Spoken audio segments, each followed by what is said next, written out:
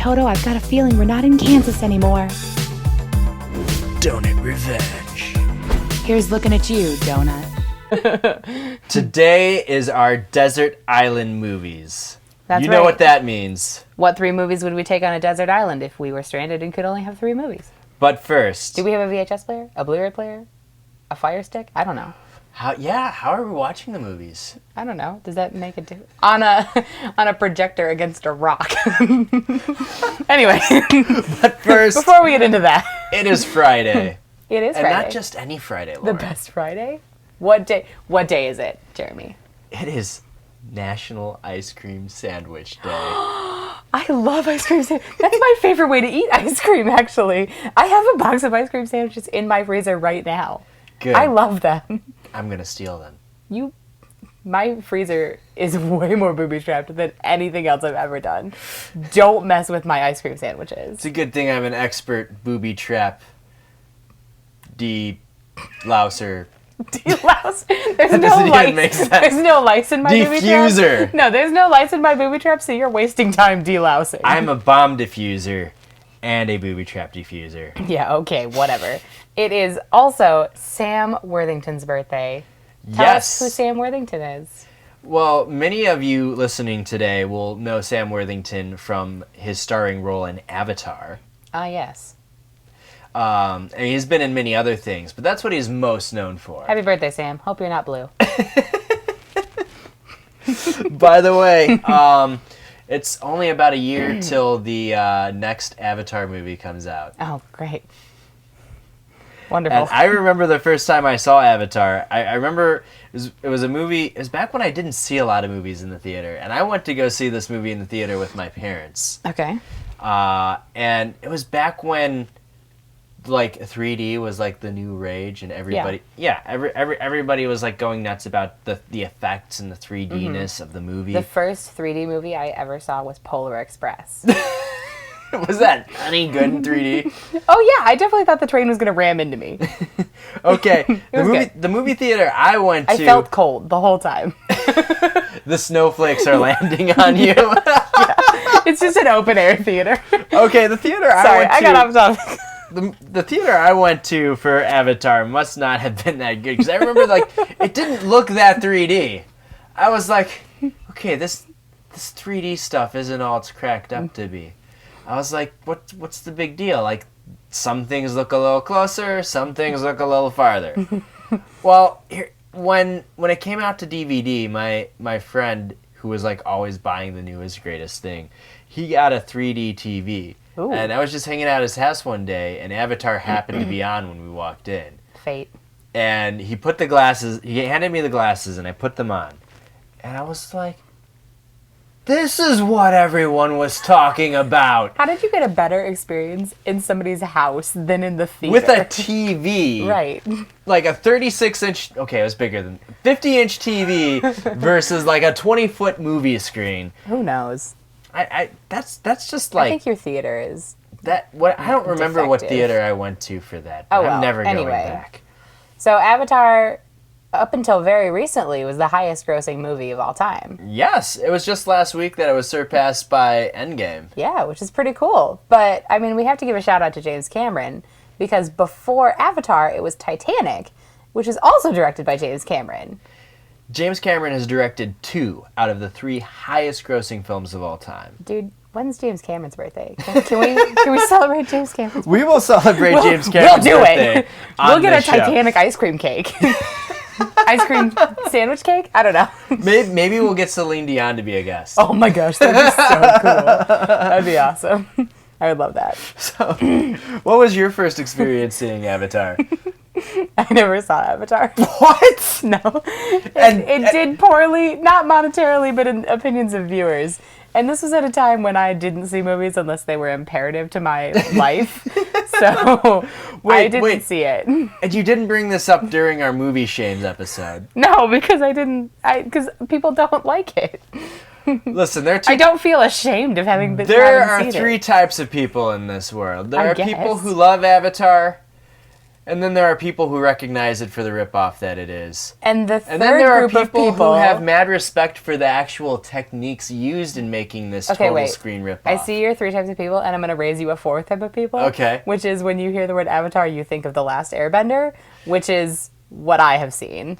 Not the M. Night Shyamalan movie. We do God, not speak no. of that. We don't speak of that. But the animated series, which was on Netflix until recently, and I didn't watch that until I was like 20, but I really loved it. It was really good. I was a huge fan of Avatar, and I'm kind of excited for the next live-action movie that's happening for that, but we can talk about that later. Netflix should pay $100 million to get Avatar back. Oh my gosh, what did we waste that money for Friends on? We wasted it. We should have gotten Avatar back. Netflix. From Nickelodeon. Right? All right. Or, you know, yeah. Nickelodeon's going to launch their streaming app soon, so we can just buy that. Well, then we're going to have 75 different streaming subscriptions. That's what 2020 is going to be all about.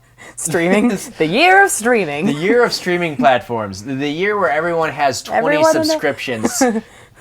My mom's going to release her own streaming platform. You know, it's just everybody's going to have a streaming platform. All right. Who cares? It's fine. We'll figure it out.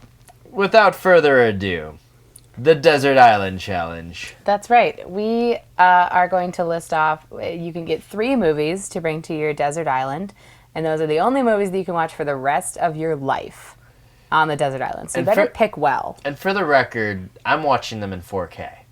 If I have to watch them for the rest of my life, I'm getting them in 4K. All right, I don't care how you're watching them. I'll watch them on my phone, like through Netflix. I don't know. Big screen, surround sound. You are... Beggars can't be choosering this island really hard, okay? You get an island, you get a TV. If you're lucky, it's got an antenna on it, okay? It's a desert island, not a movie theater. Just plug in that VHS and go. Yeah, that's right. My first pick would be Star Wars The Empire Strikes Back. Okay, number 1. How did you choose that out of all the Star Wars movies? Because I did give Jeremy the caveat that he could only choose 1 Star Wars movie. Yes, and anyone who knows me knows that I love Star Wars. And, you know, it was the first movie that I saw as a 6-year-old that made me say I wanted to become a filmmaker.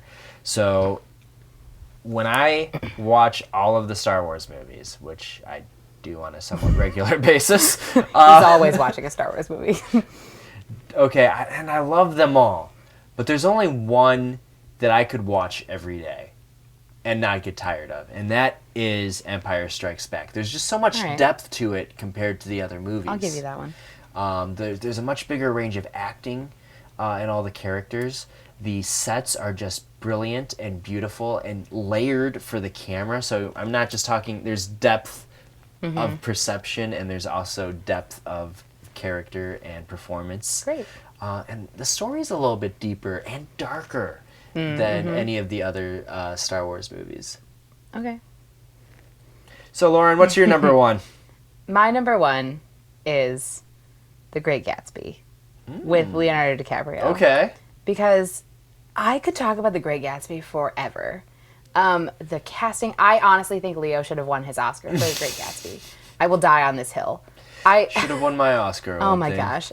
You can't change the past, old sport. I love Leonardo DiCaprio in this movie. It's so great. The casting is really well done. The movie just overall is so well done. And one of my favorite things about it is the soundtrack, which is, this is one of the first movies that I've seen that has done this so well, which is that the soundtrack is not like big musical numbers, except for the one that's supposed to be a musical number, which is the Gatsby Party, which is A Little Party Never Killed Nobody, which is amazing. So everything. Wait. Let me finish this thought. But everything, just all the other songs, like "Young and Beautiful," which was a big deal about this movie from Lana Del Rey, just kind of flows in through the scenes, kind of in the background, and you get it later, and then you're like, wow, the music was there all the time. It's really good. I love The Great Gatsby. I actually have a love-hate relationship with that movie. But the things you mentioned I really love. The background, the music, the really visuals. It popped so well. I might disagree a little bit with the casting. DiCaprio was obviously the best choice for The Great Gatsby. Oh, yeah. But, I don't know. I would have done it a little differently, but it's your movie pick. Yeah, it's your desert island. I love it. I'll watch The Great Gatsby every day on my desert island. What's your number 2? My number 2. The Lego Movie. Not what I would have pegged you for. I didn't know you loved the Lego Movie It's so much. such a good movie. Okay. I love the movie quotes. Well, Okay. first of all, I love that was like Chris Pratt's like first movie. All right. Like, you only knew him from Parks and Rec before that. That's true. Chris Pratt is an angel. But I love him in that movie. I loved Lego Batman. I loved Wildfire. I loved just everything about that movie. Mm-hmm. And then, like, the movie quotes are the best. They're like, they quote other movies so much, but they change the quote so that, they won't get in trouble. They're like, so in Terminator, it's, Yeah. come with me if you want to live. Yeah. In the Lego Movie, it's come with me if you want to not die. I just like little things about that. Like every scene in this movie is filled with little things like that you're like. So it's funny for the kids, but it's also funny for the adults who Yes. understand the jokes that they're like covering up. And I it's love like this that. the constant motion and change of direction, just like in the fast-paced blocking. See what I did there? Of Yes, every I single do. scene is just so great. I feel like I could watch that movie and not get bored. It would take me a while to get bored with that one. Yeah, that's a good one. All right, I'll give you that one. My number 2 is a Disney movie. Of course. And I've limited myself to only one animated movie on this list. And this is one of my very favorite Disney movies, which is Meet the Robinsons. I love Meet the Robinsons. And how did you... That was actually one of the first of the new generation of Disney animated films. Yeah, and I think it gets really overlooked. It's on Netflix, so everybody should go watch it. It's really cute. It's got all the good elements. Time travel, nemesis, dinosaurs. We know a thing or two about nemesis. We do know a thing or two about nemesis. And just a little bit. Dinosaurs, a good family dynamic, a twist, everything about this movie. And it's just so wholesome. And I also have a really soft spot for like quirky characters. So, when they have the time that they spend introducing all the family members, it's so funny. He's like, opens one door and he's like, oh, that's my grandpa. And like, he's like, wait, maybe they're in the hallway. And he like goes in the hallway and we run into like 3 other family members and we are like, oh, that's weird. What are they doing? They're such a wholesome family. I love Meet the Robinsons. I cry every time. I'm pretty sure there's a song in there that I want to be like my wedding song. Like, it's a good movie, okay? I love Meet the Robinsons. Okay. You're not even going to say anything to that? By the way, if you watch the movie Wreck-It Ralph, in the opening sequence when they're in the Grand Central Station of the video games, and they show it for the first time, you will see the T-Rex from Meet the Robinsons in the background. Yep. And He's got a big head and little arms. And he's not sure how well this plan was thought of. Master. That's right. All right, Jeremy, what's your third movie? Third and final. Oh, this is so hard. This one's really hard for me to Yeah, pick. because it's the last one. It's the last one. It's hard for me, too. Like you could go real, it's really easy to pick the first 2, but then you get to the last one and you're like, oh, wait. What do I want? What do I want out of life? What do you want out of life? Julia and Julie? I'm going to go with the movie that makes me cry every time I watch it, and that is Saving Private Ryan. Oh, interesting. It's actually my favorite movie of all time. Really? And I was debating whether or not to put it on this list. Okay. And you'd go, why wouldn't you put your favorite movie of all time on the list? Well, it's because it's a movie I don't like to overwatch. Interesting. Okay. I probably watch it once every 1 or 2 years because I don't want the effect of watching it to ever really grow old. Okay. So on your desert island, you would watch Lego Batman every day. not Lego Batman, Not which Lego- is pretty just the good. Lego movie, I would just sorry, watch just the the Lego Lego movie, movie. which is so far the best of the Lego Okay, movies. so you would watch the Lego movie every day. Yes. You would watch Empire Strikes Back every day? Probably every other day. Every other day. And then you'd watch Saving Private Ryan every 2 years. Maybe once a week. I guess if that's all you can do on the island, You know, watch these movies. here's a question. How come nobody ever says castaway when they're playing this game? You would think it'd be the ultimate instruction guide. You would think it would be helpful. You'd think, here's a movie I can relate to right now. I guess that's fair. You know, everybody knows the story, though, so you're living the story. You don't need to watch Castaway. You're living Castaway. Yeah, it's okay. Here's a guy. He's going through something that I'm going through. And Nobody uses UPS anymore. This is an outdated movie. it would be Amazon today. Oh my gosh, it's an Amazon Prime driver. Somebody orders a volleyball on Amazon Prime, and they're like, where's my 2-day shipping? It's gone. Only would it be a volleyball if it was today? It's a hacky sack. A frisbee. A frisbee? Somebody who's frothing. Like a frisbee golf? Yeah, frisbee golf disc. A froth disc. That's right.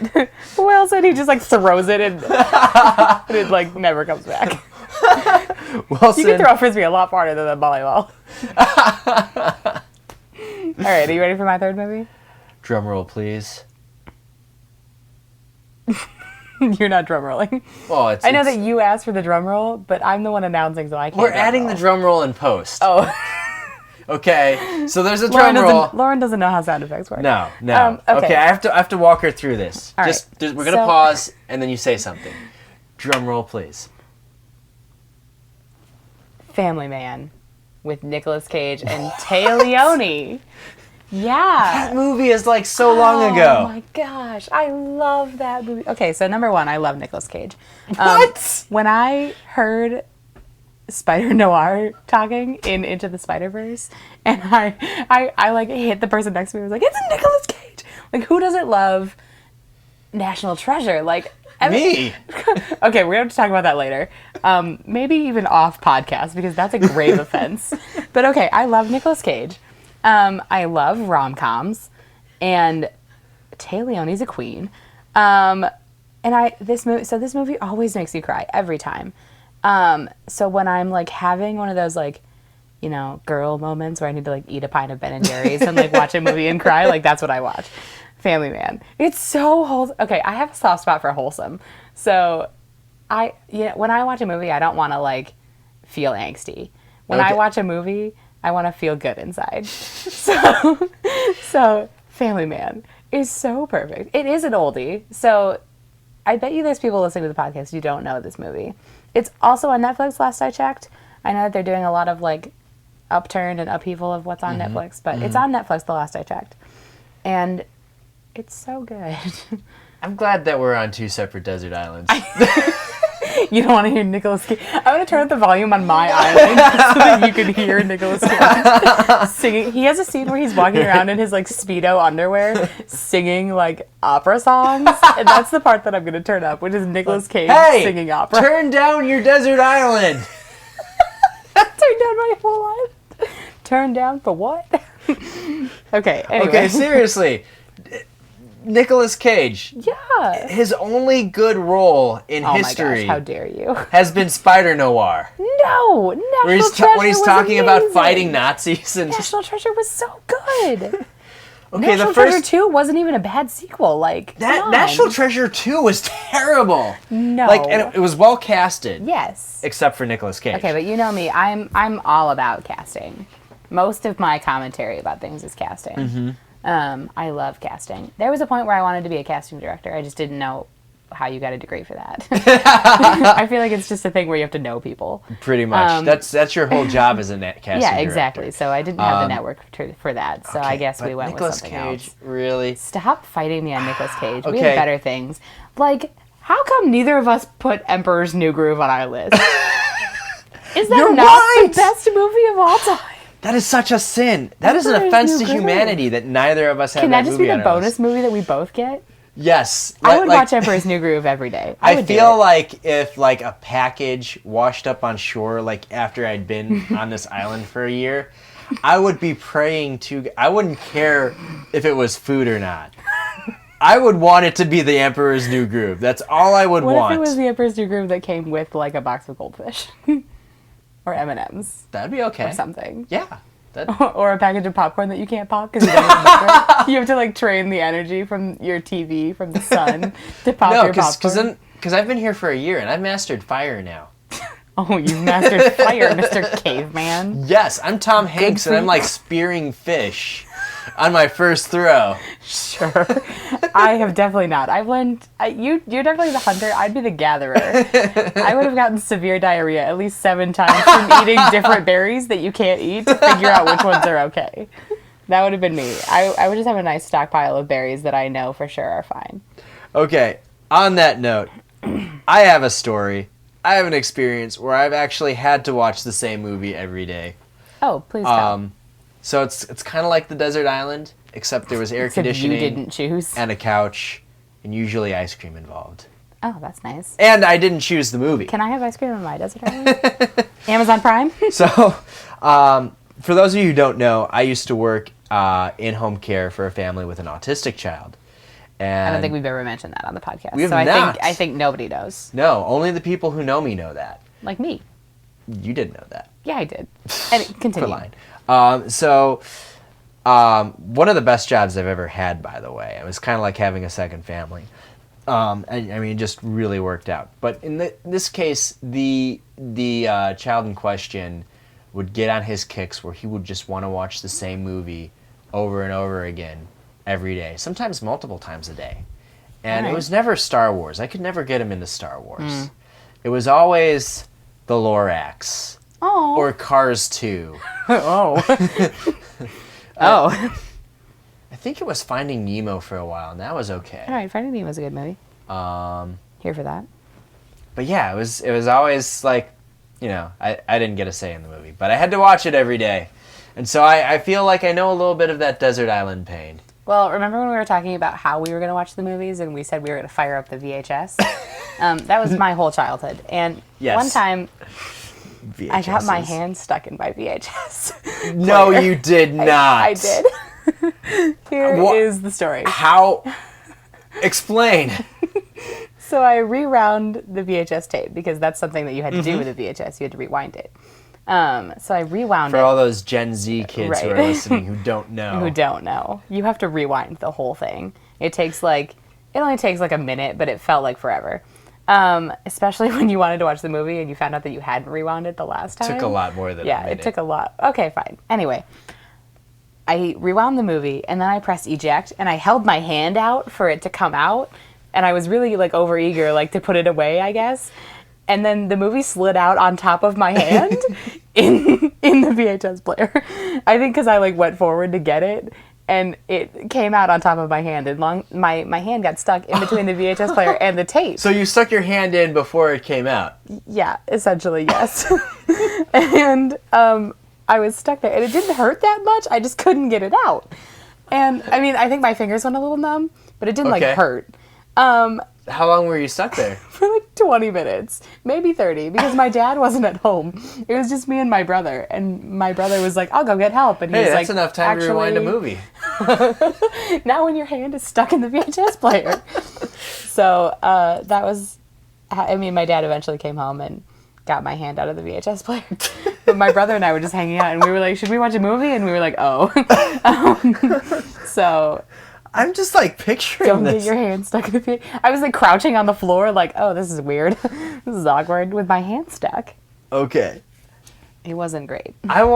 If you're listening, please share your VHS stories in the comments section. I'm sure there are lots of good VHS stories. I love VHS stories. VHSs are great. The tape used to get... I kind of miss it just for like the nostalgia. It is time for the Harry Potter thought of the day. Presented without comment and without defense. McGonagall should have raised Harry Potter. Oh. We would have only had like one book. Would have been great. She would have got it right the first time. Yeah, it would have been awesome. That would have been a less interesting story. That's okay.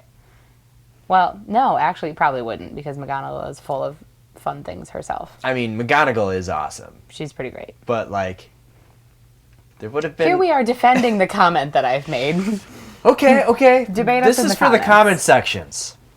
And now it is time 4. The fun and terrible life of Chester Dobby McMillan Skywalker in trying to be the greatest chef of all time. Where did we leave our buddy Chester last time? He was about to rescue his stove, and I believe it was your turn to go. Yeah, it is. Chester sat next to his stove and gave it a gentle pat and said, We're almost clear, buddy." Chester opened the stove door, carried and pulled out some of his gum, and started stacking it inside. Wait, is it chewed gum or is it unchewed gum? It's unchewed. Okay, so he hasn't chewed it. He has All a right. plan. He does have a plan. I'll tell you what the plan is. He was putting the stacked gum inside to keep the wire racks stable. Because if there's one thing he didn't want during his escape, it was a wire rack coming loose and hindering his progress. Oh, that'd be the worst. The worst. As he was leaning in, all of a sudden, the truck shifted into gear. The stove shook, and he fell into the oven and the door closed. Chester thought to himself as he sat in the semi-darkness of the oven, at least he's not connected to the gas line. That would be an interesting twist if it was. Oh my gosh. Somehow, magically. Well, we were just talking about Harry Potter. True. All right. What's next? He felt the truck begin to move, and he saw his neighborhood begin to get farther and farther away. Chester thought to himself, again, he's doing a lot of internal monologue. He thought to himself, this is actually better than the plan that I had anticipated beforehand. I mean, we're still getting away. But Chester was not sure how he was going to stop the truck and thus himself and the stove. I think that's a good place to leave it. All right, Chester and the stove are hurtling towards probably oncoming traffic at some point. There's an unknown future ahead for them. In an unmanned truck, I believe. No, it's being driven. Oh, I thought it just shifted accidentally in- shifted just into gear. shifted Or did the into gear man outside. jump in? Is Zoe in the car with him? Is Zoe running away with the delivery driver? Tune in Find next out. time to get all these questions and more answered. And probably create more questions. Well, that's all the time we have for today. But remember to like this this YouTube channel. Share this video with someone you love.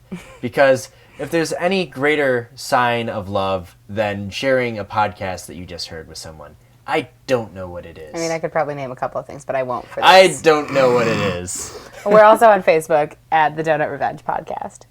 Make sure you hit the on YouTube. Make sure you hit the notification bell so you'll find out what happens next to Chester Dobby McMillan Skywalker. Yep. Well, I'm Jeremy Lynch. And I'm Lauren DeVries, and this has been the Doughnut Revenge Podcast. Doughnut Revenge.